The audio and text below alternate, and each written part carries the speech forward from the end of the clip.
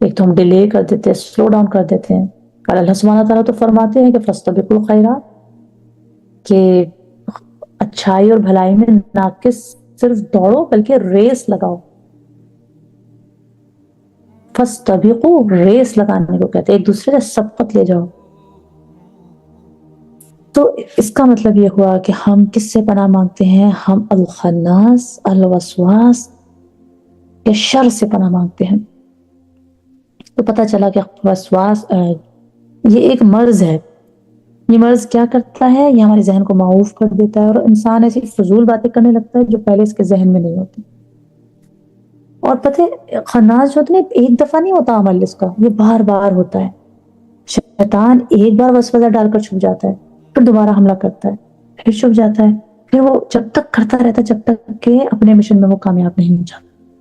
مگر مزے کی بات ہے کہ اللہ تعالیٰ نے انسان کے دل میں وسوسہ صرف پیدا کرنے اور صرف ڈالنے تک کی اس کو اجازت دی ہے، اختیار دیا ہے. انسان سے کوئی زبردستی عمل نہیں کروانے کا اختیار دیا. وہ پھر ہمارا اپنا فعل ہے کہ ہم انسان شیطان کے وسوسے میں آتے ہیں یا نہیں آتے. اور آج ہم یہ صورتیں جو کر رہے ہیں، سورہ فلق، سورہ ناس، سورہ فلق اگلے ہفتے اسی لیے کر رہے ہیں کہ ہمیں ان وسوسوں کو اپنے اندر لانا ہی نہیں ہے، ہمیں پناہ مانگتے رہنے چاہیے. کہتے ہیں کہ سورہ ناس صرف صبح 3 دفعہ اور سورہ ناس 3 دفعہ رات میں پڑھ لینا بہت اچھی بات ہے، مگر میں یہ کہتی ہوں کہ سورہ ناس اور سورہ فلق کو ہمیں پڑھتے رہنا چاہیے. جب ہمیں لگے کہ ہمیں وسوسہ ڈالنا ہے اس وقت آپ پڑھنا شروع کر دیں، سورت پڑھنا شروع کر دیں. اللہ سبحانہ تعالیٰ نے سورہ قاف میں ارشاد فرمایا وَلَقَدْ خَلَقْنَا الْإِنسَانَ وَنَعْلَمُ مَا تُوَسْوِسُ بِهِ نَفْسُهُ. کیا مطلب کیا؟ اور ہم نے ہی انسان کو پیدا کیا ہے اور ہم خوب جانتے ہیں جو اس کا نفس وسوسہ ڈالتا ہے. سبحان اللہ. اور آپ صلی اللہ علیہ وسلم ایک دفعہ مسجد نبوی میں اعتکاف میں بیٹھے تھے، تو رات کو آپ کی زوجہ محترمہ صفیہ بنت حی آپ صلی اللہ علیہ وسلم کے پاس ملنے کے لیے آئیں. تو آپ صلی اللہ علیہ وسلم انہیں الوداع کرنے کے لیے ساتھ گئے. تو راستے میں آپ نے دیکھا کہ 2 صحابی انصاری ملے. تو آپ صلی اللہ علیہ وسلم نے انہیں بلایا اور فرمایا کہ یہ میری بیوی ہیں. تو وہ کہنے لگے سبحان اللہ، آپ صلی اللہ علیہ وسلم پر کون شک کر سکتا ہے؟ تو آپ صلی اللہ علیہ وسلم نے کیا فرمایا کہ ان الشیطان یجری من ابن آدم مجرى الدم.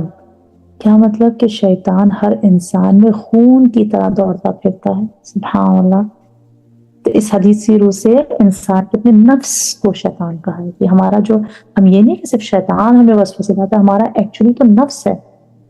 اسی لیے حضور صلی اللہ علیہ وسلم ہمیشہ یہ الفاظ کہتے تھے کہ وَنَعُوذُ بِاللَّهِ مِن شُرُورِ أَنفُسِنَا، اپنے نفوس کی شرارتوں اور وسوسوں سے اللہ کی پناہ طلب کرو. سورہ یوسف کی آیت 53 میں جو ہم نے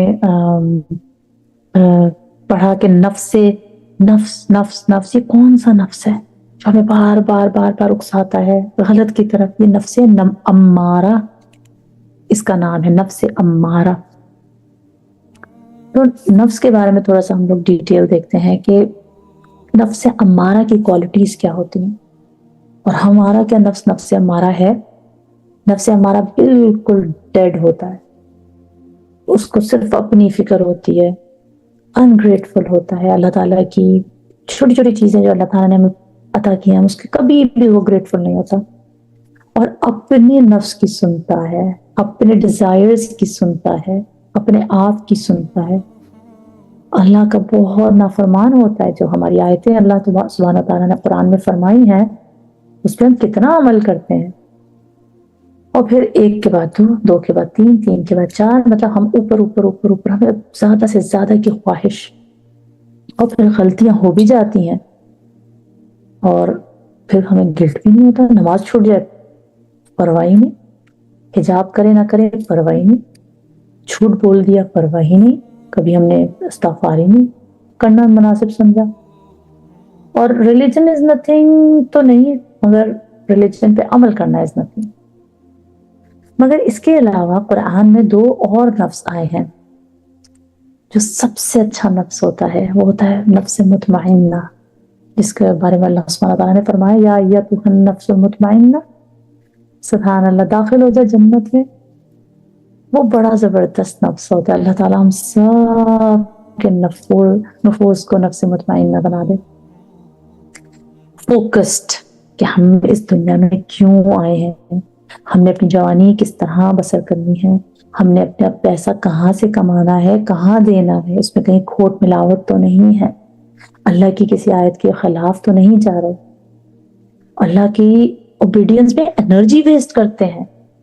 یہ نہیں ہے کہ ابھی تو ٹائم نہیں ہے، انرجی نہیں ہو رہی، میں تھکی ہوئی ہوں، مجھے کام بہت ہے، نہیں، اٹھتے ہیں، انرجی میں لگاتے ہیں، پیسہ لگاتے ہیں، قوت لگاتے ہیں، ہر وقت لوگوں کی مدد میں نکلے رہتے ہیں، اسلام کو پھیلانے کی، گڈنس کو پھیلانے کی، اور پھر کنٹینٹڈ رہتے ہیں، سیٹسفائیڈ، اللہ نے جو دیا سبحان اللہ الحمدللہ علی کل حال،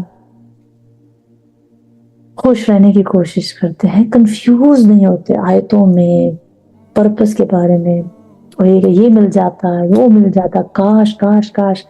الکلمۃ اللو من الشیطان، یہ جو کلمہ لو ہے نا، کاش کاش کاش، یہ شیطان کا کلمہ ہے، بس جو ہے الحمدللہ، جو ہے الحمدللہ۔ اللہ سب کو نفس مطمئنہ دے دے، آمین ثم آمین۔ اور جو آخری ٹائپ کا ہوتا ہے وہ بیچ کا ہوتا ہے، وہ نفس لوامہ ہوتا ہے، ملامت کرنے والا نفس، وہ بیچ کا ہوتا ہے، ریگریٹس ہوتے ہیں، پچھتاوے ہوتے ہیں، گلٹ ہوتے ہیں، یہ اچھا ہے الحمدللہ۔ اس کا نیکسٹ سٹیپ ہوتا ہے نفس مطمئنہ۔ اللہ سبحانہ تعالیٰ ہم سب کو نفس امارہ پہ نہ رکھے کہ جو بار بار ہمیں مطلب وسوسے بھی ڈالے اور ہمیں پرواہ بھی نہ ہو۔ یہ گڈ اور بیڈ کے بیچ میں بس نفس لوامہ رہتا ہے، ہم سے برائیاں ہو جاتی ہیں، غلطیاں ہو جاتی ہیں، گناہ ہو جاتے ہیں، مگر ہم توبہ کر لیتے ہیں فوراً، ہم کہتے ہیں نہیں آئندہ ہم نہیں کریں گے۔ نفس مطمئنہ کو کیا چیز لیڈ کرتی ہے جو ہم بھی انشاءاللہ اس میں ہو جائیں کہ ہمیں کوئی ڈاؤٹس نہیں ہونا چاہیے کہ اس مفتی سے مشورہ لے لوں، اس مفتی سے مشورہ لے لوں، یہ حرام ہے، یہ حلال ہے، اس مفتی سے پوچھتے ہیں۔